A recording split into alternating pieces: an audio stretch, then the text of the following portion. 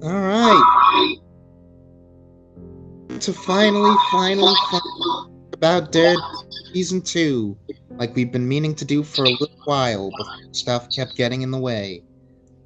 But yeah, I don't know. You want to give opening thoughts regarding this season, or should I? I think you should.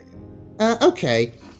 So this was kind of an experience where it's been a while. I had like season 1. I hadn't gone back to this one since I'd watched it originally, where when it first came out, I watched it, I want to say, 2 or 3 times, had kind of mixed feelings on it, and then I mostly just absorbed it for the year or so after through other people talking about it. And I guess just for a really basic summary of how I felt about the season, this was one of those instances where going back to it again kind of clarified for me feelings that I had about it before, where I used to say, which is kind of the popular thing to say about this season, is that the first half is really good and it kind of falls apart in the second half, and the Punisher stuff is way more interesting than the Elektra Hand stuff. That's not really how I feel about it, and it's not really how I felt about it the first time I watched it either. Where here I'm like reminding myself, oh yeah, I really liked most of this season, and I think it's just in the last few episodes, or maybe even the last episode and a half, where it kind of falls apart. Where it's like the hand stuff for the most part is fine, and the Electra stuff I'm really interested in, until something, I don't know what, happens in episode 11 or 12, where I'm just like, okay, suddenly I'm not interested in this stuff anymore. And it's like I can pinpoint the moment it happens. It's the moment in, is it episode 12 or 13, where Elektra is revealed as the Black Sky, where I'm like, suddenly this is like the big, like, twist kind of climax of this plot thread, and I'm just zoning out. That's And episode 12, right before the finale. yeah, okay, that happens every time I rewatch this season. Like, and it happened the first time I watched it, where it's like as soon as Stick kind of comes back into play, he's trying to kill Elektra, and Elektra like goes after him. Like once that plot point happens, I'm kind of like, all right, I feel like we could be done. Like this You're, is my big go-to more than any of the other seasons outside of maybe like Jessica Jones season 2, of like, you could have cut this down by like an episode or two. is that your basic summary?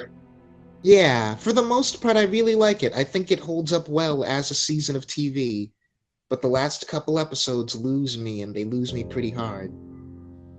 I'm somewhere in the middle between you and I guess general consensus. Um, I love all the stuff with Punisher. Um, I I am very conflicted on a lot of the Elektra stuff. Um, and I'm not a gigantic fan of the hand stuff. It's not bad. It's just kind of hollow to me. Um, Yeah. Elektra in this season or in this show is depicted r- almost radically differently than she is in the comics. She's kind of a completely different character. Um, in the comics, she's an assassin, and she doesn't get any enjoyment out of killing. Like a lot like Punisher, she sees it as a necessary evil, and she's just kind of numb to it. But she's not enjoying it, especially in the way that this version of Elektra is enjoying it. And I found that kind of weird and off-putting. And that's a lot of where my major issues with this season come from, especially because Matt keeps trying to tell her that's not who you are, when that clearly is who she is. And we kind of keep writing Matt out of character so that he can keep trying to save her in a sense. And a lot of that really doesn't work for me, especially towards the end. Um, but overall, I think John Bernthal was perfect as the Punisher, perfect casting choice. He killed it this season. his performances were absolutely incredible. Um, of course, in his standalone series, we do expand upon his family more, and we get flashbacks with them. But I love that we don't get any flashbacks of his family in this show because it just makes that whole event feel more real. Like they're dead, they're not coming back, and so we're not going to see them. And I found that really, really effective. Um, like even once we essentially wrap up the physical conflict between them by the end of episode 4, all the stuff with the trial, and then especially once he gets to the prison and meets Kingpin, I thought all that stuff was really well done. Um, Rewatching this season again, I find it very odd that they're setting up Born Again. Like I was really excited about it initially, but now having rewatched it, there's so many things that they chose to do creatively this season that don't really jive with setting up that story, especially where we get by the end. But I guess we'll talk about that more as we talk about the season. But overall, I think it was really solid. Not as good as season 1. We'll talk about the hand more as we go through this, but my main issue with the hand is just they're so vague and we don't know enough about them. And to be fair, we didn't know much about them in Frank Miller's original run when he created the hand. The hand was nothing more than the shadowy organization of ninjas and assassins that Daredevil had to fight every now and then. And they were never really the main crux of any of his stories, so he got away with just having their motivations and their goals being more ambiguous. You didn't really need to know because they weren't the focus of the story. But in this season, they kind of are in the second half, and so you need something. You gotta flesh the hand out. Like they need League of Assassins from Batman Begins level defining. Like we need to know more about this organization and what drives them. Yeah. See, the thing about me in the hand is that like I was always, I guess, to criticize them because I didn't know if, especially coming off of this season, if the problem was just me and that again, whenever we get into like hand exposition, like there's the scene where a Stick sits Matt down and he's talking about the chase in the hand. And like from the first viewing of the season up to now, when he starts talking about that, I just get bored and stop paying attention. So I don't know if that's a fault on my part or if that scene is poorly handled or if the hand as an entity is just boring and I don't care about when their backstory is being elaborated on. And the fact that so many people like have your reaction to the hand makes me feel like it's the latter, where it's just like this doesn't often happen to me. Like usually when we're talking about like details that are this important to the story, I'm engaged. But here it's just like I don't care about the hand. And I feel like I could care about them more if I were paying attention, but I'm not. Yeah, I feel like that's more a fault on your part that you're not just paying attention to the show, regardless of how entertaining they're making the exposition. But I mean, like I said, there's not much there. It's just they're this shadowy organization, and they're after immortality and See, power. that's all I got. I got that.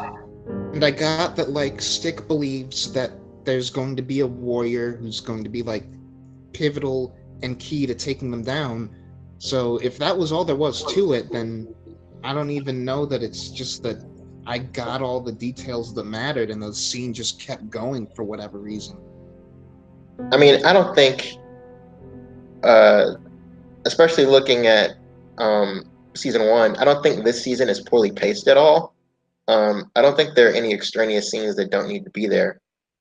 You could trim scenes here and there, I guess, but Yeah, everything felt pretty necessary for the story they were telling.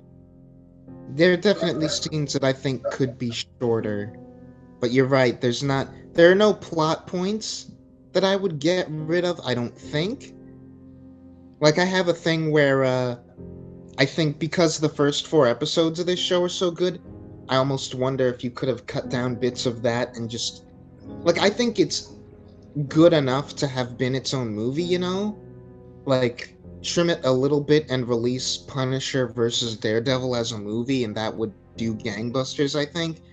And like some of that is you could trim some of the grotto stuff. Like you said, keep the scenes, but maybe like just spend a little less time on that and stuff like I that don't is I what I don't really feel agree like with with that because for me personally, none of those scenes are particularly extraneous, and I don't feel again like they go on too long. And they do want us to spend a decent amount of time with Grotto, so that when we get to the scene where Matt, Karen, and Foggy are at the church with the priest, you kind of feel that like, yeah, Grotto was kind of a messed up person, but he was still a human being, and those three cared about yeah, him, and so his death hit them. Like you need to feel that in that scene, and so I mm. understand why they gave us as much screen time with Grotto as they did. And again, I don't feel like any of that was necessarily extraneous. Yeah, the scene that I'm thinking about with him that I would cut down by a lot is the one that I feel like doesn't contribute as much to that, which is the actual sting operation where he's like mic'd up and stuff. Like that I could maybe trim down a bit, but scenes like him in the hospital with Karen or him sort of asking them for help in the first place. Like most of his stuff, you're right, I would keep as is. But I don't know, like I'm getting really wary with these Netflix shows where I'm like, I can't help but feel like at least some scenes are as long as they are just because they feel like they need to reach that episode length. And so I'm getting like real hypercritical of that. And maybe it's not fair. I don't think that's fair at all, especially because the episodes um, don't really need to be um, any longer than 40 minutes, and they vary from episode to episode significantly. Hmm. So I don't think it's an issue of they're trying to stretch for time. Um, uh, like again, the pacing issue that most people complain about with the Netflix shows as a whole, I don't think is indicative of Daredevil season one or season two. Um, I think both of those shows are paced perfectly fine. Season one is more deliberately paced, but this season, like pacing is just fine. I never really find myself bored in any scene. Yeah, I can't really say which I think is more deliberately paced.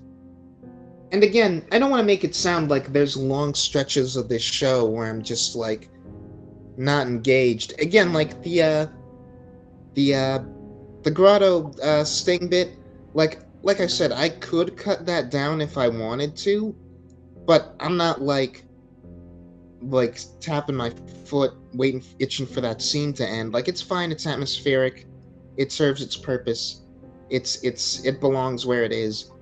It's just the hand black sky exposition stuff that I don't care about. And it's like again, don't get rid of that stuff. You need it. It's really important. But something's just not grand. Like, you know what would and again, maybe this is an issue of budget, maybe this is a stylistic thing, maybe they feel like doing what I'm about to suggest would be going overboard, but have a flashback with visuals to what Stick is saying. Like, I don't think that would hurt any. I don't think that. I mean, that's. I don't really see the point in doing that unless it's necessary. And I mean, the issue is not like I think they're getting across the information perfectly fine. If you're just bored by it, that's you, whatever. But I don't know. I feel like the exposition scenes aren't extraneous at all. There's not enough of it. We're not in depth enough with the hand. That's their main issue. They're super vague, and that's it. Like, I don't agree with you that we need to either trim down those scenes or go out of our way to make those scenes super entertaining. See, and that's why I'm not sure. You're probably right, and it's just that if the hand in general was just more well defined and I had more of a stake in all of that stuff, then I probably wouldn't even have this complaint. Yeah. I want to talk.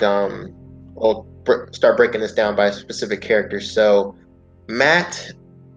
Matt is a bit of an issue for me this season. I love Charlie Cox in the role. I think he's giving 110% in every single scene. With his dynamic with Punisher, I think is fantastic. That scene in episode 3, with those two on the rooftop, is just amazing. Those two really strong ideologies just clashing with each other. Like, Daredevil's hard, no kill rule. Punisher's killing is the only way to get the job done rule. Both those actors were just killing it. It was beautifully written, and it was just watching those characters come to life and just interact with each other. I thought it was great. Yeah, that scene is so perfect, and I have like a lot to say about it, but I'm gonna let you get to your problem with Matt first before we get into that. Okay, sure, yeah. So my main problem with Matt comes in with how he's treating Karen Foggy. Um, Matt gets to a place where he decides to cut them out of his life completely, and like when Elektra comes in and they're about to handle the Frank Castle case, and Matt just drops that to go help Elektra out with something that isn't causing immediate danger to anyone. I'm just like, I don't know. Like, I feel like Matt, like, I'm just looking at the screen and I'm like, Matt, you should just say no and handle the case first. No one's in immediate danger. Just handle the Frank Castle case and then go help Elektra. But instead of that, he kind of just leaves Foggy holding the bag along with Karen, and that's really not fair to them. And I like the relationship with Matt and Karen that we got in the earlier episodes. We break them up kind of really quick and really, I don't want to say contrived, because Matt is clearly lying to Karen, and as she says blatantly, she's not an idiot, and she kind of gets tired of that and decides, you know what, screw this, we're not together anymore. Yeah. So, like, I feel like it's the Karen Matt relationship is, I'm really conflicted on it, because we spent so much time with her and Foggy in season 1, and then we sidestep that in this season to have them date for maybe 3 or 4 episodes before we just get rid of that and kind of make Elektra his primary love interest for the rest of the season, even if they're not like dating. Well, okay. Here's like the weird thing about that is that I think you're absolutely right, but I also think that's exactly how the show wants you to feel, particularly in regards to Matt like shirking his responsibilities to do stuff with Elektra. You're supposed to be really frustrated with him because like Elektra is that poisonous influence. It's like it's both really unique to these two characters and I think kind of an extrapolation of, oh, your ex is back, of like in real life people who have exes and they come back into their lives and they let them back in, they will bring out the worst in them. And here it's like Elektra is that one person for Matt who will like bring out his worst tendencies and who he is unfortunately kind of obsessed with.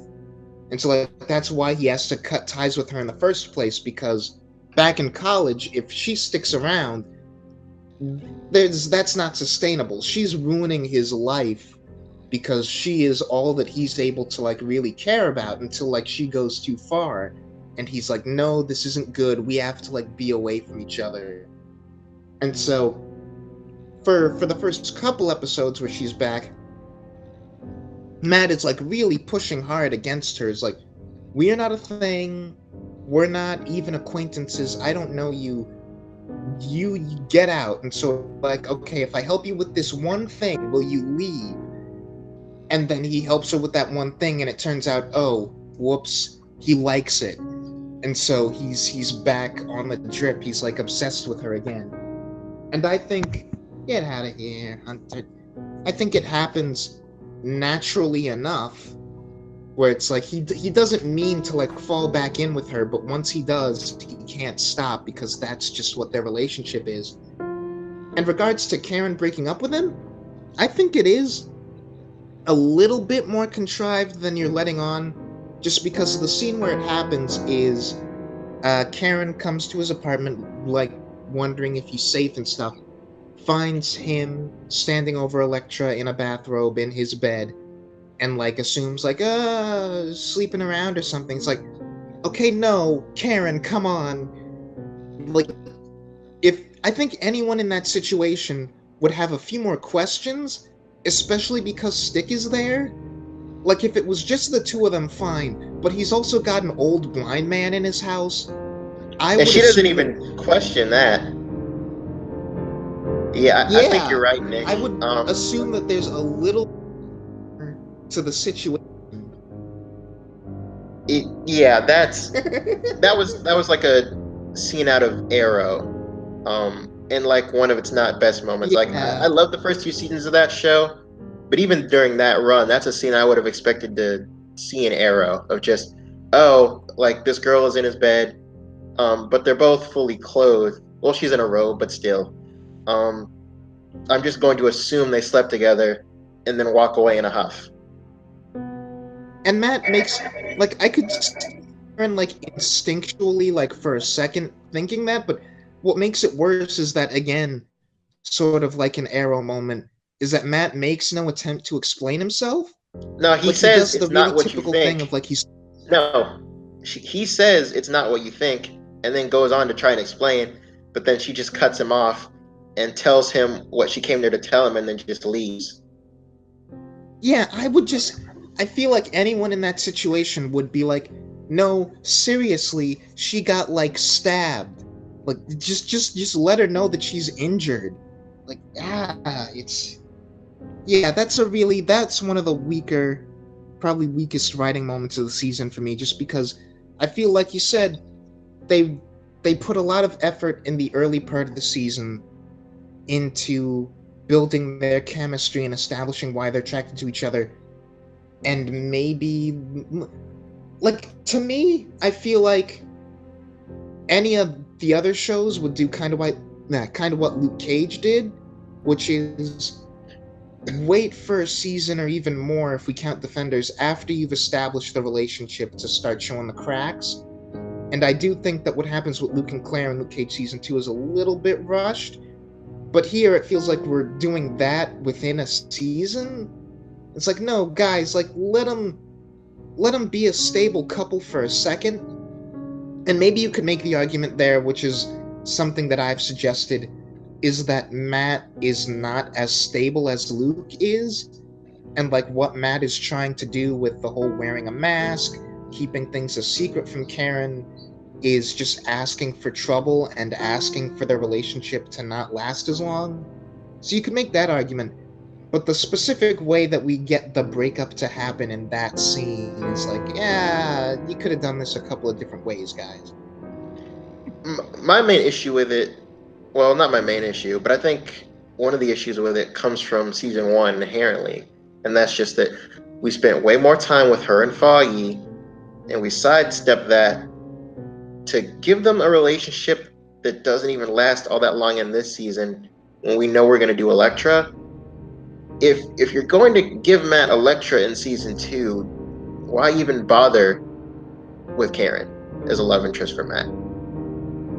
I think the reasoning for why you do that is because you want to show that Matt being Daredevil, and especially once Elektra's back into his life, the influence that she has over him does not make for stable relationships. And they could have done that with platonic relationships, keeping him and Karen platonic. But I think they wanted to emphasize, like, no, Matt Murdock cannot have a normal love life. And, like, Karen's not exactly like Joe Schmo, where, like, she's not an entirely stable, normal person herself, as I've mentioned before, but she's stable enough. She's enough of a bystander, civilian type personality that Matt trying to sustain what he's doing and being together with her, it could never work. And so we're trying to show that for the tragedy that it is. But I don't know. It feels a bit off to me. And again, like you mentioned, the fact that Karen and Foggy have such a chemistry from last season, and the little moment that we have of Matt and Karen at the very, very tail end of season 1 feels kind of okay. Where'd that come from? Yeah. Um, so my biggest issue with Matt this season, is, oh, I kind of like, I do like the idea that, we're doing the Supergirl season 3 thing of, I'm going to try to drop, my normal life and be a superhero full time. Matt wants to be a vigilante full time, but we've been playing this in this universe. We're being as realistic as possible. We're being as grounded and as realistic as possible. Um, Matt gets to a place where he's like, okay, maybe I won't even do the lawyer thing, and I'm just gonna run around in my armor and fight crime. How is he going to keep paying for his apartment without a job? This is one of those shows that's taking itself in a realistic, tone, and so you got to explain that. You can't just have him as a vigilante full time. He's got to be doing something. Yeah, okay. Like, I wasn't even thinking about it on that level, and you're right. And I don't think the idea that Elektra comes in and, like, screws up his priorities, I don't think goes that far as to, like, he wouldn't even be concerned about money. I don't know, like, just, you're right. Any just lip service to somewhere else he could get his money from. Maybe Yeah, Foggy says, I can set you up for a little bit or something. I don't know. yeah, but yeah, because he But kind of stops being a lawyer. yeah. Or, like, maybe after a while he's like, okay, I'll have to downsize my apartment. I'll have to live somewhere that's more affordable. I don't know. Yeah, we just needed some kind of explanation for that. But yeah, we distanced Matt too much from Karen and Foggy. Um, like, especially if you're going to do Born Again, where, okay, it's been a while since I've read that, so I don't know if he's in a particularly good place with Matt and, well, no, I don't know if he's in a particularly good place with Foggy and Karen at the start of that story, but he has an established law firm. He's practicing law, and then Kingpin, once he finds out his identity, comes in and systematically rips all that away from him. Well, how to do that? Yeah. Yeah, how are you gonna do that if, well, to be fair, Matt is practicing law more in the Defenders. Um, that first scene we get of him is really important, but yeah, outside of um, the little bit of lawyering we see him do in the Defenders, he really isn't doing much of that at all throughout this season. Um, he, Karen, and Foggy are doing that in the beginning, and then as soon as the trial of the Punisher case is ended, their law firm is pretty much done. Yeah, and, like, we'll get we talk about Defenders, but Matt's dead. Or, well, everyone thinks Matt's dead. So, like, is his practice just gonna be waiting for him when he gets back?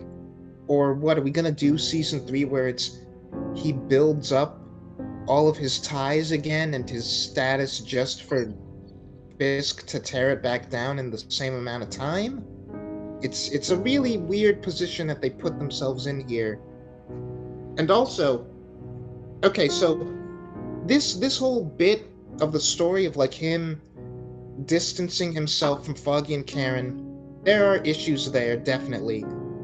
But I don't know, that was one of the big things that I sort of gravitated to positively this season, where it's like you we open episode 1 and they're sort of working like a well-oiled machine, like we sort of alluded to at the end of last season, and it's really gratifying and really cool to see them working like that and getting clients, and it's fun and it's kind of as cheery as it ever gets. But I like that almost every single scene with the three of them in it together after that is establishing why Nelson and Murdoch plus Paige is not sustainable. Like, so many of their scenes when they're working together, I think, have this motif of all three of them want different things, their lives are going in different directions, like career-wise, and it's like there was no circumstance where they were going to be able to stay together long term. And I say that because you have Matt, who's like, what matters in my life is fighting crime. I'm going to be Daredevil. That's who I am. That's my life. And he does that at the expense of being a good lawyer. And you have Karen, who's supposed to be a secretary, but in so many scenes, she's constantly, like, trying to dig in deeper, and she's obsessed with finding the truth. And it's like, well, of course she's going to end up being an investigative journalist. That's where her head is at. That's the real career path suited for her. She's not fulfilled. She's not doing what she wants to do. She's not helping people the way she wants to help them by being Nelson and Murdoch's secretary. And then you have Foggy, who's just trying to be a good lawyer. And every conversation between the three of them, he's the one who's like, no, guys, this is how the law works. This is our job. This is what we're doing. And so constantly, almost every conversation the three of them have is them getting pulled in three separate directions because of their core values. And I really like how that plays out. And I'm tempted to just forgive all of the logistical stuff regarding Matt, because I really like how that plays. So am I. I just thought it was an issue and that I would mention it. Yeah, that's fair. How do you feel about Elektra, like the actress Elodie Young?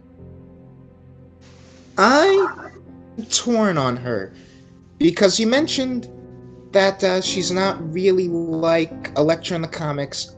I don't know enough about Elektra in the comics to judge. But her performance, I go back and forth on. Sometimes I feel like she plays it too, like, kind of psycho schoolgirl-ish. And for the college scenes, that works great. And maybe the idea with the present-day scenes is that she still acts like that, and that's indicative of how she hasn't grown up and how she's just stayed the same, and when she comes back into Matt's life, she, like, tries to drag him back to that place.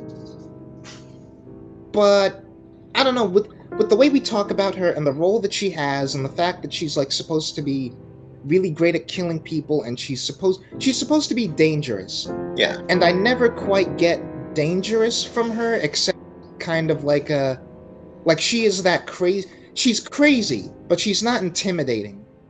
I shouldn't say she isn't dangerous. She's just not intimidating. No. For the character that they've written, I'd say she's playing it as best she could, with the material she's given, because their version of Elektra is kind of a psychopath, and she's not really that in the comics. Way more than kind of. Yeah. Yeah, she's pretty much a psychopath, and Elektra's not a psychopath in the comics. but if we were going to play her more like the comics, I would have cast Sophia Botella, who played the girl with no legs in the first Kingsman movie. I think she would have been. I She would have been a great Elektra. She was the mummy too in that movie, right? Yes, she was. Yeah, I can see her have. Yeah, like she's intimidating. And that would have been great if they went the more traditional route with Elektra. But given the version we have here, I wouldn't blame the actress at all for how much you either do or don't like her. I think all that comes from just how she was written on the page. Um, Yeah. See, the thing so is, I tell because I haven't seen Melody Young in anything else, and so all I she was have to in. go on, She had a very minor role in GI Joe Retaliation. That's the only other thing I've seen her in. which I haven't seen. So there's that. Um, I want to talk a little more about John Bernthal as the Punisher because He is the highlight of the season. Everything is worth it just for him. He's perfect. No complaints whatsoever. not a single one. Um, he was born to play this character, and he poured himself into the role and disappears in it. That is Frank Castle. That is the Punisher. Um, and I love like the subtle nuances in his performance. You see it a lot more in his standalone show, but just how he will diverge from eye contact when he's talking to people. Um, that I don't know, this he has this deep reverence in his voice. He's a very down to earth guy, but he's also what's the word I'm looking for? It, he I wouldn't maybe philosophical is too strong of a word. Actually, no. He does have a philosophy. It's Um, Go ahead, Nick. he feels like a human. Like Yeah, it would be so easy to the Punisher and make him just a killing machine, but like he'll sit down with Karen in a cafe and talk about love and talk about what makes for a good loving relationship, and he'll just he's able to turn it off. Like he's a guy who can just be normal. yeah. And like he's got a brain. Like Punisher, I think if you don't know his character, it's tempting to think of him as kind of like a meathead, of kind of like he's really good with killing people and anything else he's just kind of like he's not someone you would call a genius, let's say. But here Frank Castle is a really smart guy who like he thinks about things and he has ideas about stuff and he's not blindly like killing good, criminals bad. Like there is a reasoning and he's able to reason out why he believes the things he does. And there's this scene where Karen goes to the lieutenant who's in charge of Frank Castle's unit, and he talks about how Frank had this ability to see into a person's soul, and you really feel that when he's in the diner with Karen. Yeah, feel that when he's talking with Matt on the roof, and Yeah, it's like that really nice scene with the Marine, where it's like you're wondering, oh man, is he gonna kill this guy if he says the wrong thing? But then they kind of like bond for a minute, and he's like, "Hey, Marine, semper fi," and it feels really genuine. And then that makes it even sadder when that guy dies toward the end. uh, yeah, it does. Um, I think all the action is pretty much just as solid as it was in season one. Yeah, and that's another thing about Frank specifically is I was kind of surprised how much they made me buy that he could take out Matt and that he was a physical match for him, given how much of last season is spent with Matt being the winner in fights. And even Matt's not like invincible even remotely last season, and he loses a couple fights, and it's clear that things are difficult for him. But I don't know, like going into this season the very first time, I was like, okay, if he's not using guns, how is Punisher gonna beat him? And it's like, oh, he's just that good, of course. Well, that's the thing. he's able to beat Matt in their first fight because Matt is a little overzealous and a little overconfident. Yeah. And he doesn't notice that gun on his leg. And then the second time they fight, it's more on an even playing field. And I feel like Punisher wins just because Matt loses his hearing in that moment. That's true. Like Punisher is a very good brawler, and he can kind of hold his own with Matt in a fight, but he's just not as skilled in hand-to-hand combat. So you put those two in a room together in their prime, Matt still wins fairly easily, I would say. But we are throwing things into both of those fights. They also have an armed SWAT team shooting at them, which just adds even more stakes to the fight. I can see that. And how'd you feel about this season's one take? I think maybe it's a little bit self-indulgent, but I can't be bothered to care about that because it's just so cool. It's like, I feel like at that point they're honestly just showing off, where it's like, you thought the last one was impressive, well, what if we do this? It's like, fine, you're even more awesome than I gave you credit for. Yeah, I do love this season's one take, but what is a little unfortunate for me in the fact that they were a little self-indulgent this time and they wanted to try to make sure they topped the first one. I'm sorry, that's a phone. You gotta let it ring out for a second. Sorry, just 1 sec.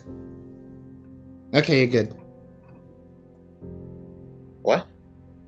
Nothing. So you just gotta. Just say what you were saying before. You kind of cut out for a little bit. Oh, they were a little overzealous this season, with doing that scene, and so like it goes on longer, which is impressive. But what kind of pulls me out of that every time I go back to that scene is I can tell where the cuts are.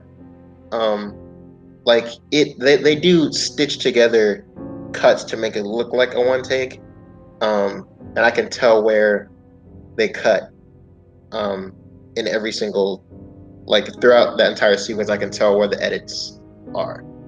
So that sucks a little of the impressiveness out of it for me, but it's still very, very good and impressive. Yeah. You'll have to be impressed, like they planned it out like that. And the fact that it starts in a hallway and then goes down, like, I want to say 3 or 4 flights of stairs, and they make all of it look so I great. will say, maybe another. Maybe another what? Yeah. I will say maybe the other thing about that scene is that he gets a little too brutal for an end to the episode where we just had the impassioned argument about not killing, where it's like, there's no way you could possibly know that pulling that guy down those stairs by the neck was not gonna kill him. Like, you can't possibly know that. Well, to be fair, it was only 2 flights of stairs. That's not a little thing for most people. Yeah. At worst, he gets paralyzed from the neck down, but I think it's unlikely that you die from that. I don't know. Some of that stuff looked pretty messed up, I think. Like, I'm sure no one did die, but as I'm watching it, I can't help but think, like, wow. Woof. And what's an even more glaring issue for me, even more so than the hand stuff, is just how weirdly out of character Matt feels towards the end, and involving his scenes with Elektra. Like, you can fight this war with me, we can do it our way, and And then pretty much every scene after that, Matt is fighting ninjas without killing them, but Elektra is killing them, and he has no issue with that. Like he keeps talking about how we can both fight them our way. You're not a killer. Just continues to keep killing members of the Hand, and he's fine with it. Yeah, which, since we're kind of talking about Frank anyway, I guess we should just tackle the central issue of the thing, which is the do you kill or do you not kill issue. And I wanted to talk about the scene with Frank and Matt on the rooftop.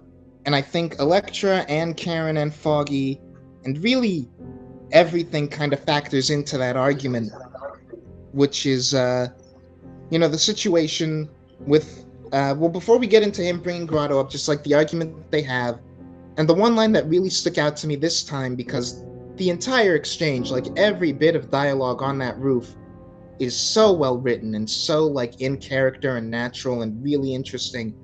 But the one that stuck out to me this time that didn't really stick out much before is when Frank is like, did someone ask you to put on that costume or did you take it upon yourself? And then way later he says, I think you're a man who can't finish the job. And it's like that gets to the root of the killing issue, which is Matt put on a mask to stop crime, and while he does manage to stop them in the short term, Frank's solution and Elektra's solution of killing people objectively just makes more progress toward the goal that Matt wants. Where it's like Matt is trying to save his soul, he's trying to save Elektra's soul, he's trying to, he thinks, cause more good than harm by stopping Frank and Elektra from just killing people willy-nilly. But there is still the argument of, especially with the Hand, the people they're killing are just dangerous. And they are saving more lives, probably in the long term, by getting rid of them. And then he brings in Grotto, and the whole situation with Grotto is so heartbreaking from Matt's perspective, because Frank really does put him in a lose-lose situation. Like, that moment is kind of Frank's ultimate proof that what Matt does just doesn't work, and it's inefficient. And Frank says Matt can either kill Frank or he can let Frank kill Grotto. Either way, Matt is a killer. And Matt tries to find a third option, but what he ultimately comes up with is a long shot, and it doesn't even work. And I almost feel like the reason we end that episode with the long take fight, another like long extended fight scene, is so that we can give Matt kind of a victory, so that we can make up for the fact that he totally loses the moral argument to Frank. Yeah. It's kind of sad. And then it just keeps happening, and I feel like the season almost ends with the real problem didn't get solved. The person who killed Elektra in front of Matt didn't actually get stopped until Stick killed him. And Matt wouldn't have survived probably had Frank not shown up and killed the ninjas. So really the whole season is just hammering in over and over and over again. Matt's wrong. Or even if he's right, he can't win.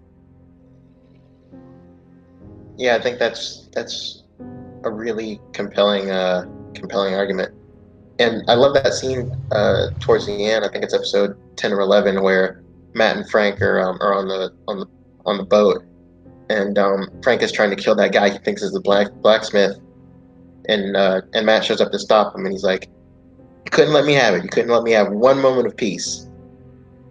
And I found that was such an interesting and powerful line. It's like every time he pulls that trigger on someone, he feels just a moment of peace. Yeah. And also that, I think, back to the moment. Okay, keep going. And later on in that scene, Matt kind of concedes, and he's like, "You know what? My way isn't working, so maybe just this once, we can do it your way. Your way is what it's going to take."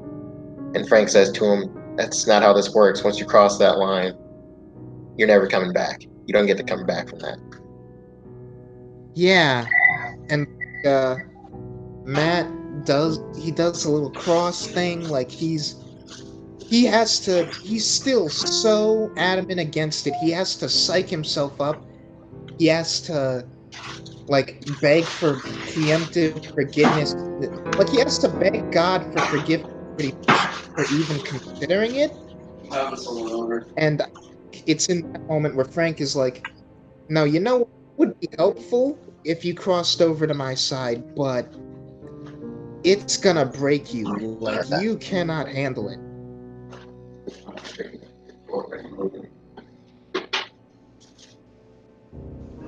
What's do you have like any other glaring issues with the season? I don't think I have any other big issues. Like I said, I kind of get disengaged with the hand stuff. Elektra, I think, is really interesting up to the point where she is the Black Sky, and then I'm like, okay, okay, I guess. And I don't know, everything else I have is mainly positive. Like we mentioned, I'm just gonna parrot what I said in the video for last season, which is Karen and Foggy have more like had more chemistry than Matt and Karen. Although I will give them Matt and Karen when they are in a relationship and they are flirting with each other, they do have chemistry. I can see why they're attracted to each other. So I won't go as far as to say that like that doesn't work at all. But like Marcy's back, and I still love Marcy. Marcy's great and interesting, and her dynamic with Foggy is solid. Claire is back. Yeah, but I We give almost wish her she a was lot in of the really season cool. more.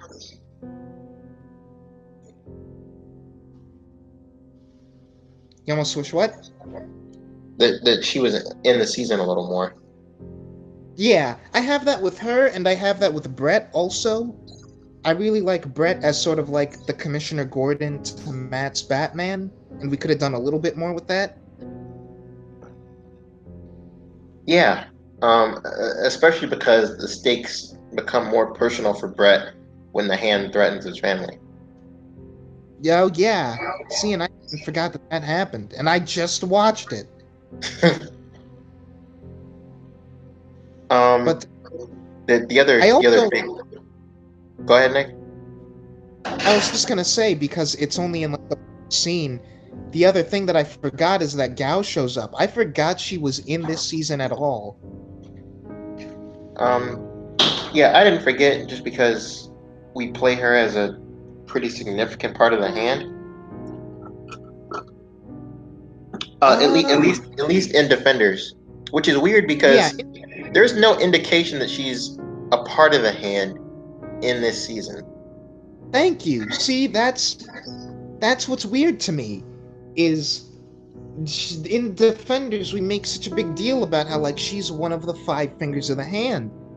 And here, this is like the hand season of Daredevil leading up to that. And she has a cameo where it's not really made clear at all that she's even affiliated with them. Which makes that whole thing feel like an afterthought.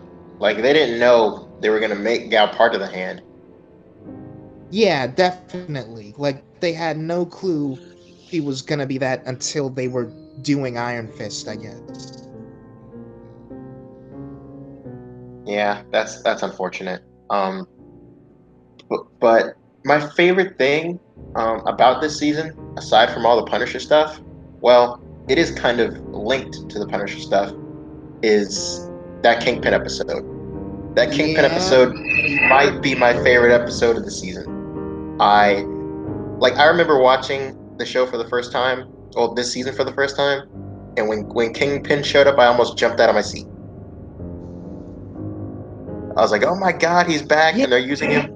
It was such a nice surprise because, um, like we knew that they were going to bring in um, Punisher and Elektra, um, and we knew that he would be in this season just because he was still credited. But there was no, like, he didn't do any interviews. There were no like leaked pictures of him on set, so no one knew that he was going to have a fairly impactful presence in this season. At most, I thought we were just gonna get a few flashback scenes from him from season one, or maybe news footage from him from back in season one. but I didn't know he'd get pretty much a whole episode to himself. Yeah, see, like, I forgot how big of a role he really had. He has an episode to himself, and he's also a large part of an episode centered around Frank. And so it's like he's not in most of the season, but he has a pretty substantial role that I kind of dismissed for a while as like, okay, he shows up for a little bit and then he's gone. It's like, no, he's a key player in parts of this season. And like, yeah, Punisher doesn't get out of prison without him. Yeah. Or like get some pretty key information about what happened to his family. Yeah. And Kingpin is the perfect device to give him both of those things. Yeah. And it's also just a really, like, we also just needed to see what he was up to in prison. Like, we couldn't let it sit that, like, Matt and Karen and Foggy won, and Fisk lost, and he's just kind of sitting around there, waiting to amass power once he gets back out. No, he's practically running that prison. And so that, even by itself, kind of cuts the legs out from the victory of last season. Not completely, because it's not like he's still, like, in control throughout Hell's Kitchen, but he's like doing pretty well for himself for a guy who's in jail. And you get the feeling that for doing Born Again next season, he's gonna have the strings to pull to seriously screw Matt over next time he shows up. And I love that like we see him get as close as he can to the way he was living out of prison. Like he has that same music that he plays in the morning, playing in his cell, and I think he's eating was it an omelet? He's eating an omelet in the morning, and he's just eating staring. it all fancy with a knife and a fork. Yeah, he's got that whole setup set up for him in his cell, just like he did when he was in his fancy apartment. And I think that's really cool and really interesting. That like he's such a creature of habit, and he's amassed such power that he can recreate that for himself while he's in prison. Um, so like all the stuff with him and Punisher, I thought was really great, really powerful. Um, when Kingpin screws him over and he has to fight a dozen or so guys, I think that is the most impactful action scene of the season for me, just because we're seeing Frank at his most vulnerable. That's not a fight that he was expecting or at all prepared for, and he's just thrust into it, and he's fighting for survival, and you see like just the pure rage and just adrenaline all taking over, and that was just such a cool fight. Like the odds were stacked against him. He didn't have any guns, and again like that's just a fight where he's not at all ready for it, but he has to do it, and against all odds, he makes it out in bloody, gory, spectacular fashion, but he makes it out. Yeah, and you're you're right, because I never really thought about it as the one fight in the whole show that he doesn't instigate, or that he's not going in prepared for, because he's not just vulnerable, he's emotionally vulnerable because he got that news about his family. His whole world is kind of flipping upside down, and again, he thinks he's just gonna walk out of there, and then he gets betrayed, and suddenly he's got to kill all these guys, not even because he wants to for the first time, just because he can't let it end there. He's still got some avenging to do later on. And I don't know. And the great thing about it is that honestly, he still makes it look easy. Like he still comes out of that fight looking terrifying, and so like almost not, again, I keep wanting to go to the word invincible, but like I don't know, he's just a real force of nature coming out of that fight, and most of his like encounters with his targets. It's like nothing can really stop this guy. And I love that final interaction with him and Fisk, where like he's pissed that Fisk betrayed him, so his first instinct is just to hit Fisk, and then Fisk gets And he like pissed. Fisk stumble back. Yeah, and Fisk slams him down and like punches him like a big giant, like the big giant child that he is. I was gonna say like a gorilla, but yeah. Yeah, that whole It's like exchange was great. I love that Frank punches him in the face and he just like stumbles back a couple of steps. Like no one did that to Fisk before. And we end like that scene with Frank saying, "Next time we see each other, only one of us walks away." That kind of makes me it like really itching to see them together again and to see that play out. Yeah. Even though he's right, probably.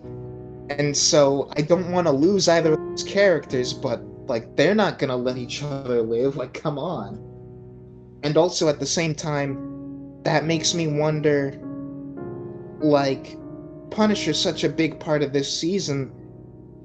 What do you do with him, given the way that his series season 1 ended? What do you do with him, if anything, in Daredevil season 3?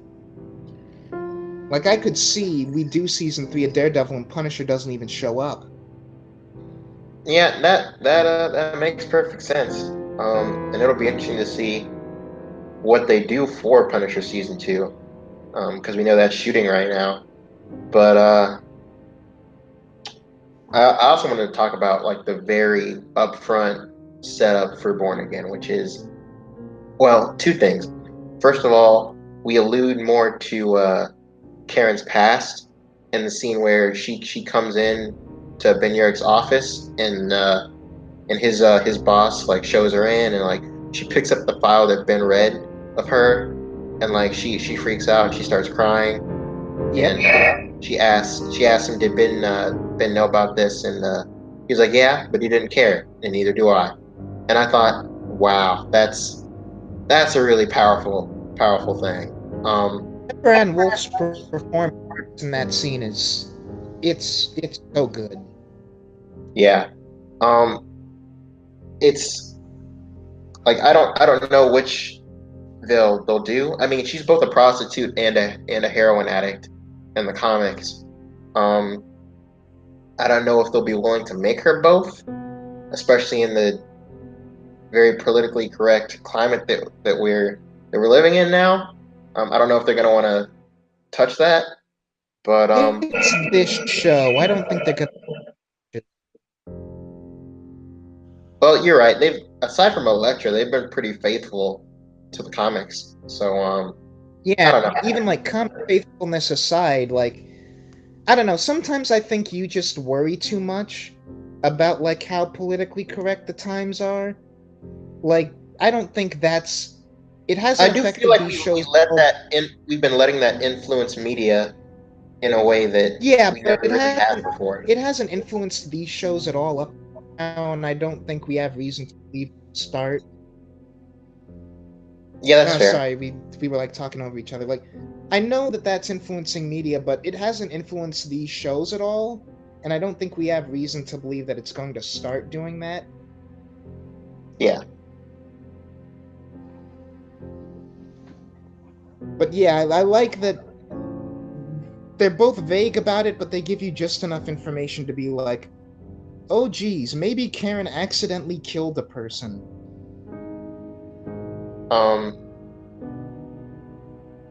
with the other thing though, with Matt going to see Kingpin, aside from Punisher, in the cemetery, which I do want to talk particularly about that scene, like those two scenes like might be my two favorite scenes in the whole season. Hmm. Um, when Matt goes in to question Fisk, like, and he brings up Vanessa, and Kingpin just loses it and slams him, and Matt punches him. Yeah. Oh, that whole scene was just perfect. And I thought it was brilliantly acted by both Charlie Cox and Vincent D'Onofrio. Well, yeah, see, and I think that's another subtle thing of like the way that we're like crossing threads in this season of like I don't think Matt does something as overconfident and like brazen and stupid as bringing up Vanessa without Elektra's influence. Like I think that's a Matt who would have had cause to talk to Fisk before Elektra showed up would not have done that. I think that's her getting to him. I do too. And I don't know, like you're right, that's such a great scene. And the moment where it's like again, that's going back to Frank punching him in the face. Like Fisk getting punched is something that happens so rarely. You get the sense for him that like he can tell or like he has cause to suspect it's Matt just because of the way that he. Well, I don't know if he has cause to suspect that Matt is Daredevil just because Daredevil has punched him in the face and Matt has. Um, well, I don't know. I'm mixed on that.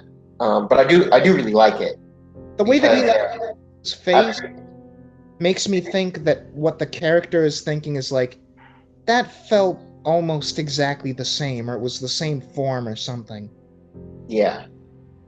Um, and I've seen some people talk about that scene as, oh, he should know just because Matt's blind. I don't think that's fair or makes any sense at all because Fisk was holding him by the shoulders with both hands. All Matt has to do is punch right in front of him and he's going to hit his face.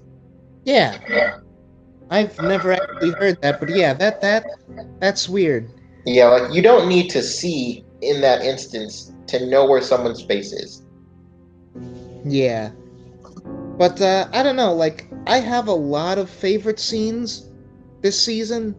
There's the whole chat on the rooftop, and because we haven't talked much about Foggy by himself yet, a lot of my favorite scenes in this season are him. Like I keep forgetting just how great Foggy can be when he gets into like full lawyer mode. Like all of his discussions with the district attorney and Tower. And hang on one second.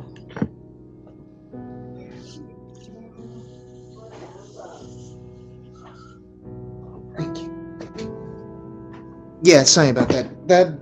The scenes with him talking to the district attorney where he's like, we have a right to speak to our client, we have attorney-client privilege, all that stuff, where he's like rejecting the offer from Tower, and especially the scene with him and Claire in the hospital, where the two like different gang members are about to like cut each other up, and Foggy's like, no, that's dumb. I'm a lawyer. Let me walk you through how this is the worst possible thing you could do. It's like Foggy is so great. Like that character never gets enough credit. He's so like cool under pressure, and it's like just he's really smart and he's so great. I wouldn't call him cool under pressure, but he does know how to handle himself under pressure. Um, and another great scene with Foggy is when he's in the biker club. Oh yeah, yeah, Because like he's terrified and he knows he could probably get seriously hurt or killed by going in there, but he does it anyway, and just he says his piece, and tries to explain the situation as best he can, and it's great. yeah, and it's like that. I think under a worse writer, the dynamic between Matt and Foggy and Karen could look like Matt and Karen are the ones who care about doing the most good, and Foggy is kind of the selfish one who just wants to keep the business afloat. It's stuff like that that constantly reminds you of like No, Foggy just wants to do things by the book because he thinks that's really the best way to help people. And Matt and Karen have their hearts in the right place, but Foggy has like his heart and his mind in the right place. And so he's not trying to take the crazy risks that the other two are, but that doesn't make him any less selfless. No. Like he wants to be able to help people, but within the confines of the law. Like Karen will do a bunch of crazy stuff, like break into Frank Cancel's house and go follow leads by herself at night. And Matt, of course, is just a full-on vigilante fighting thugs um, and dangerous ninjas. But yeah, Faki is the only one who just wants to do things with as minimal risk as possible. Yeah, he became a lawyer to help people, so he wants to be a lawyer and not endanger that. Yeah. And also, just before I forget, one of my favorite, like, stupid things about this season is that they left in a flubbed line read in episode 7. Karen has this line in response to something Matt says where it's clearly supposed to be, "You think war is what made Frank what he is?" And that's what's in the subtitles, but instead she says, "You think war is made what Frank what he is?" And it's just a stupid little thing that makes me laugh. Oh man. I really like the kind of subtle connection and like bond that Karen forms with Frank. And like she's the first one to really see, well, aside from Matt. Well, actually, arguably more than Matt. Um that there's more to Frank than, well, let me go back on that. Because after the cemetery scene, Matt does understand Frank in a way that no one else does at that point. But Yeah. Karen really comes to well, she comes to bond with Frank and understands that he's really tortured and he's experienced this great tragedy and is handling it in his own very, very extreme way. But at the end of the day, this guy still he's a human being. He's not a psychopath.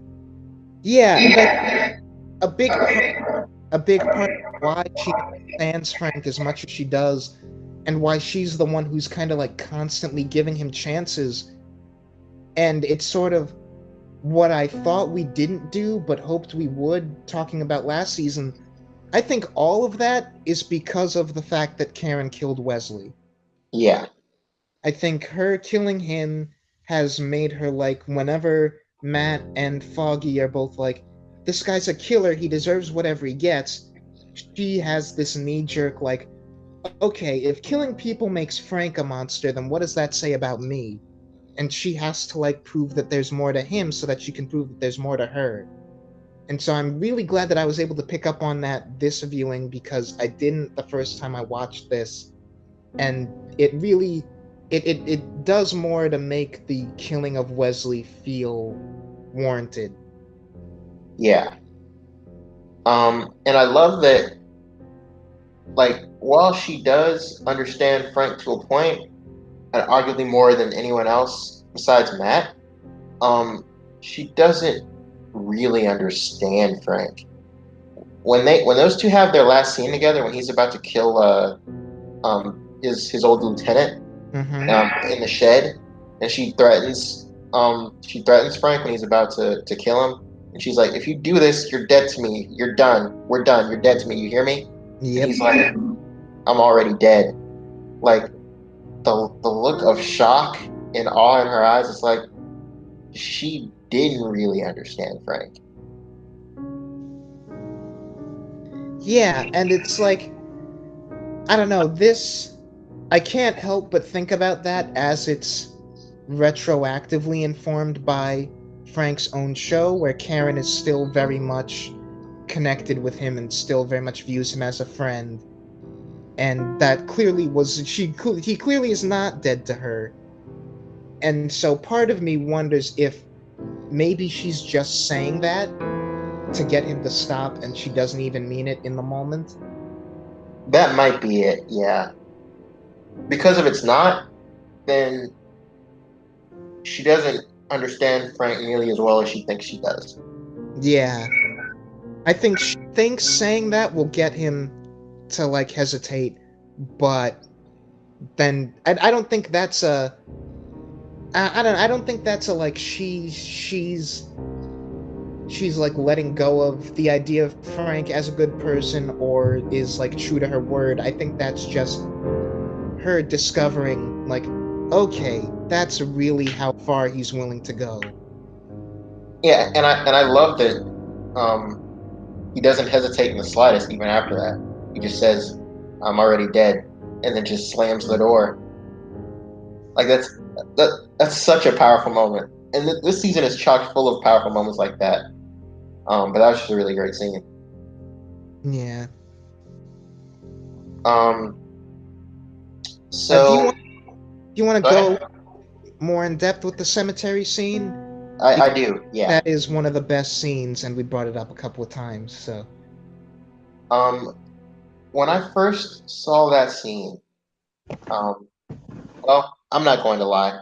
Every time I've watched season two in its entirety and I get to that scene, I shed real tears.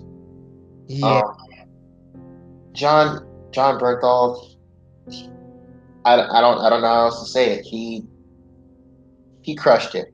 That's one of the best performances I've seen in a TV show. Um, and like we do really long cuts with him just talking and monologuing about his past with his family. Um, and first time he really got scared and the stuff with his daughter. I almost want to say, is that I don't know, is that whole like monologue in one take? Because It's that's what not. It feels like one take, but it's a bunch of. Well, it's a few really long takes. yeah, it's a lot of long takes. And the thing is, like, it doesn't make me cry because sort of like for the same reason that the ending of Logan doesn't make me cry, where it's like I'm just emotionally dead inside. But like I almost feel like I don't have feelings anymore. I'm so sad. But like look at reaction videos of this um of that episode of this season, and especially if you see people react to it who are parents when he gets to talking about what happened to his daughter and the fact that because it's not even the fact that she died that really sells the emotion. It's what he says of like, the war just made me so tired. I couldn't even play ball with my son. I couldn't make love with my wife. I couldn't read my daughter her favorite story. I said, I promise I'll do it tomorrow. I promise. And then he never gets the chance because she dies. And it's like, it's not just that they're gone. It's like his last memory of them is that he feels almost like a failure as a father and a husband because he couldn't be there for them emotionally because of what the war did to him. And it's just such a like not being able to keep your promise to one of your kids like that. That's gotta hurt like real bad. And Get to that line and people will like that's when the waterworks start for people. there's three things that make that scene. There's three crucial things that make that scene as impactful as it is. Number one, it's just John Bernthal's raw performance. Mm-hmm. Um, and number two, we don't do any flashbacks. We don't see his family as he's saying any of this. Um, I think that's really really important. Um, uh, like I like that when we get to his show, we don't do any true flashbacks. We'll get like we'll get like maybe two or three, but for the most part, we're seeing nightmares with him and his family, or him having these kind of vivid, um, like over the top, dreamlike scenarios with him and his family. We rarely get actual flashbacks, um, and I think that's a really strong creative choice, um, especially with this season. Especially in this season, we only even have like one image of what they look like. Yeah, and that's just through their pictures in his house. That's it.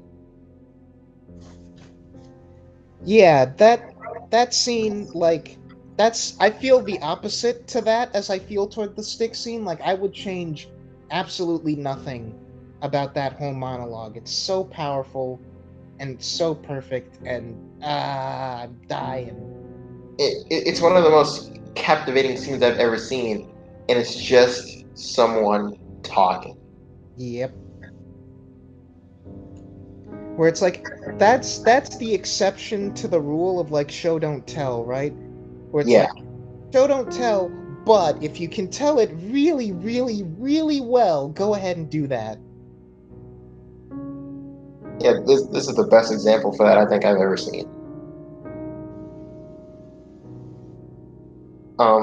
But yeah, that's. I remember watching that for the first time, and I'm like I had to when the episode was finally over.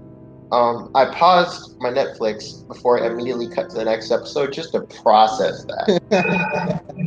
Yeah. Um, I think uh, also this speaks to John Berthal's performance. We don't do a bunch of cuts. We cut maybe um, 6 or 7 times throughout that whole scene. It didn't And even it's, feel like that long, honestly. yeah, and it doesn't feel like that just because the takes last so long. And And because like, we don't cut to like different angles. Like we cut to Matt's reaction. yeah, we'll cut to Matt looking at him and taking in what he's saying. And like, I don't like the shot with like the tear leaving Matt's mask. Um, that was just, I thought that was great. Like, and I didn't know that was the first time I noticed that his mask's eyes could blink. I didn't even pick up on that. I was too busy like taking in the fact that they were like solid red because that never stuck out to me in season 1 for some reason. That's because they weren't solid red in season 1. Yeah. But yeah, that's Matt's whole new mask. Like his mask is upgraded in that episode. Well, really his whole costume. It's a much brighter red, and he gets a whole new face mask and gauntlets. Yeah, I gotta rewatch that scene to keep an eye out for that because I've seen it a lot of times. Like I've only rewatched the season as a whole a couple of times, but episodes 3 and 4 by themselves are stuff that I constantly go back to, and I never picked up on the fact that the mask could blink. So I gotta keep a special eye out for that. Yeah, it's right after Frank says me.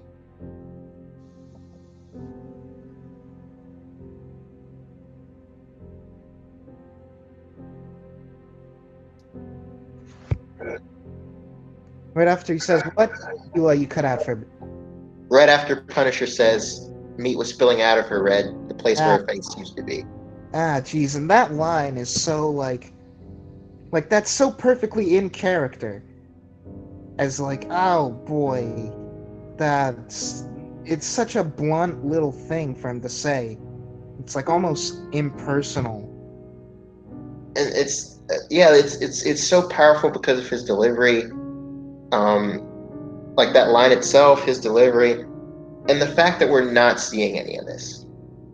Like we're just listening to this poor guy describe what happened to his family. Hmm. But yeah, overall, I think this season was great. Oh, but before we wrap up, I do want to talk a little more about Stick. Um, Yeah. Matt Matt's relationship with Stick, I think, is really really interesting. Um, he's basically like in Matt's head a deadbeat dad, and despite that, he stops Elektra from killing him, not just because like Matt knows that her killing, well, at least in his head, her killing Stick would be her point of no return. I feel like she's kind of already past that because we just see her keep killing ninjas after Matt expressly tells her you shouldn't do that. Yeah, especially after she kills one of the young ninjas in his apartment. Yeah, they have a conversation where like Elektra's like, the only person who believes that I'm good, and Matt's like, I I can get you out from under Stick's thumb, but we have to do things. We can be together. It can be you and me, but we got to do things my way. And she's like, okay. Literally in that same scene, then the hand kid shows up, attacks Matt. Matt's got him defeated, and Elektra comes up and slices his throat. And it's like, that's so frustrating, but in the right way, where it's like, yeah, that's not Elektra of the comics, but just it really hammers the point home before we find out that Elektra is literally a living weapon whose purpose is to kill people. Like, in retrospect, it's like, of course, like, that's just instinct for her. Like, if anything is even close to being a threat, like, she just takes it out, no questions asked. But it's so frustrating that it comes right in that same. They just had a conversation about this. I almost want Matt to say, we literally just talked about this. It's the last conversation we had. What's even more frustrating about it is that Matt's like he keeps. I don't know. Matt is made really out of character to make the Elektra stuff work. And I really don't like that, especially when we get towards the end and he's like, let's run away together. Like, Charlie Cox is acting the crap out of that scene, but I do not buy it. Like, that's just, where is this coming from? Like, that's so out of character for Matt. The thing is, I could be made to buy it if the scene we were just talking about had ended differently. If Matt had reason to believe that he was enough to stop Elektra from caving to her like worse impulses, like if what Matt is thinking, like even more so than I love Elektra, I want to be with her, if what he's thinking is she's going to keep hurting people unless I'm there as like her deterrent, then that works. But we don't have any indication of that because he can't stop her from doing it ever. It never worked. The only time he's able to stop her from killing is conveniently when it's Stick. Yeah, and that's just because, and part of that is because it's like the situation changes to where suddenly she and Stick are on the same side. Yeah. How do you feel about Stick as a character? I think he's remarkably consistent.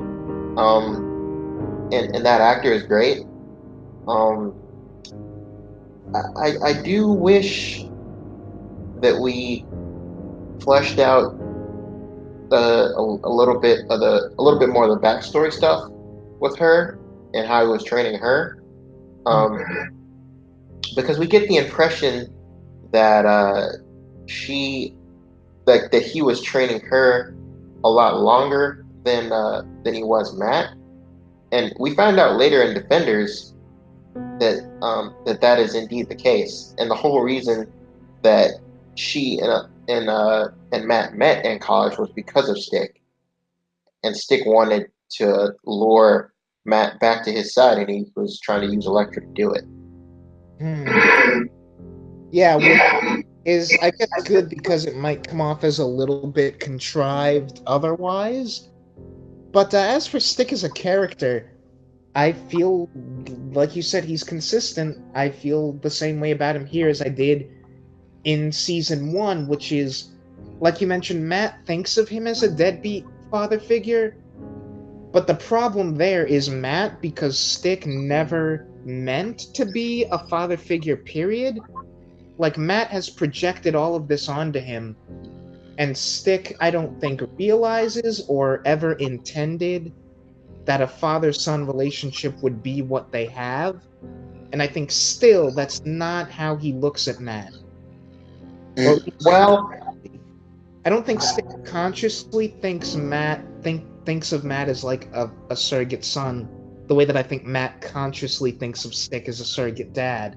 maybe not, but I do think maybe the writers are trying to have us question that a little bit when Matt goes to rescue him, and Stick tells him how to fight the ninjas when they lose their weapons and they hide their heartbeats. He's like, track their breath, and Matt does that, and he's able to take them down.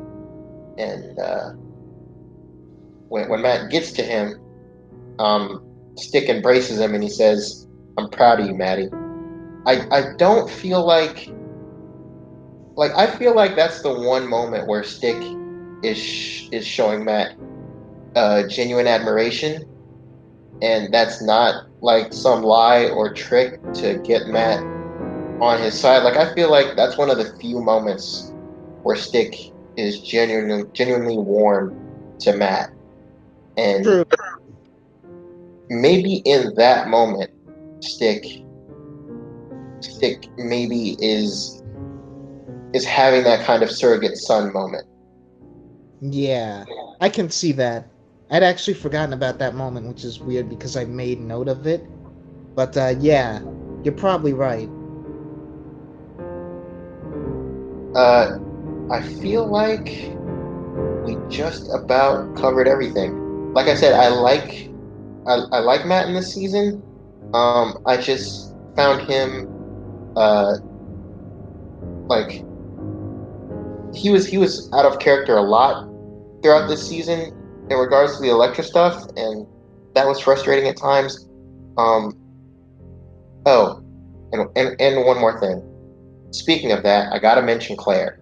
Yep, I was gonna say the one thing that we haven't really talked about yet. Yeah, Claire is a lot more in the backseat this season. Um, she does have a really good scene with Matt where she tells him, "Stop being a martyr. Foggy's hurt in the hospital. Go down there and see your friend. Be a human being. Stop pushing everyone you care about away.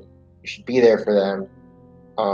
You can't solve every problem in the city by yourself."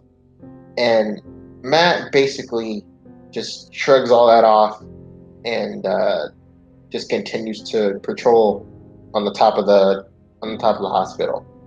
Um, Yeah, I really like that also because speaking of Foggy, it reminds me of something that he says that I think is really great, where he and Matt have a conversation after things go a bit like too far, and Foggy says that Matt can't keep acting like this stuff just happens to him, because it really is decisions that Matt makes that leads to his life being so complicated.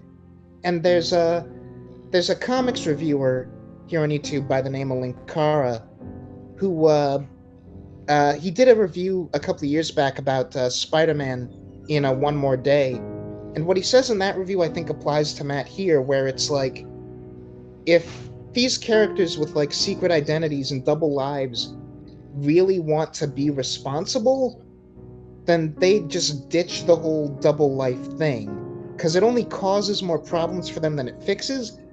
Matt has to like pick which side of his life he wants to be true to because being Daredevil and being Matt Murdock, attorney at law, simultaneously is not something that he can sustain. And this season proves that. And so Claire is basically saying, okay, fine. If you want to be Daredevil as like that's who you are, okay. But you can still have like relationships with people and be a human being. and Matt just straight up refuses to do that.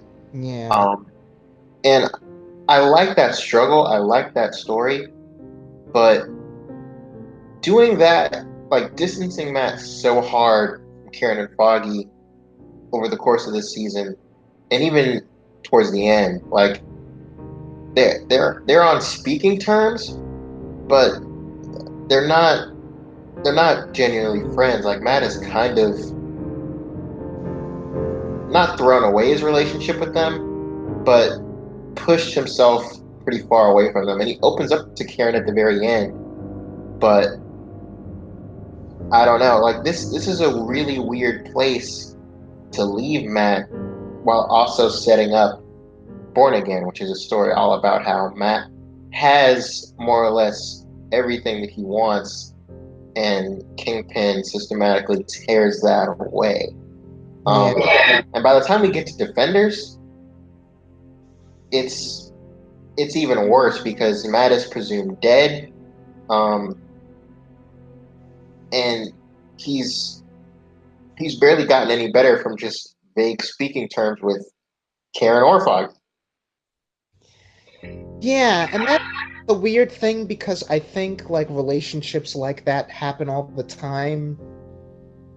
And I can't remotely compare anything in my life to Matt, but there are times when like you're friends with someone and things will get weird and you'll be kind of angry and distanced and it'll be like, okay, are we still friends? Yes, I think, but we're just in such a weird place that we can't really act like friends.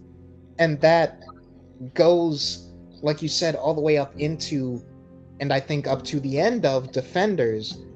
And so it'll be interesting to see if after a while, when Matt comes back in season 3, like, can he and Karen and Foggy, even if they're not going to be like working together as partners in law, can they ever have the kind of like friendship that they used to have? Yeah, I really hope that they do. I think it's really important that we see them at that place before Kingpin starts tearing down his life. Yeah. But yeah, that's like Matt's martyr complex and Claire's like hard resistance of that. I thought was really great. Yeah. She's always, in all of these shows, she's always like the biggest voice of reason. And I think it's unfortunate that we've lost her. I don't know if she'll be in season 3 at all. And like she quit her job as a nurse, so I mean, like she said, Matt would have to find someone else to fix him up every time he gets hurt. Well, so long as she has decent supplies, she could still fix him up. But I think, like, okay, so that's another thing that I like because of it's the same thing that we mentioned with Foggy, where it's like under lesser writing, she could come off like she has weird priorities.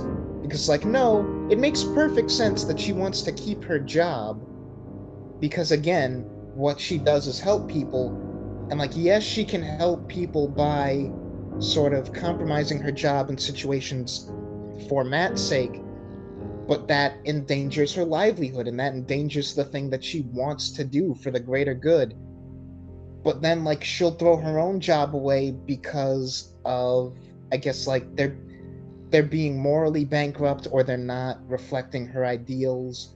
And she's like, what we do in this hospital is save people's lives, and you're worried about like this dumb cover up that's getting people in more danger. And that shows just how principled she is. And so I really like that. So do I.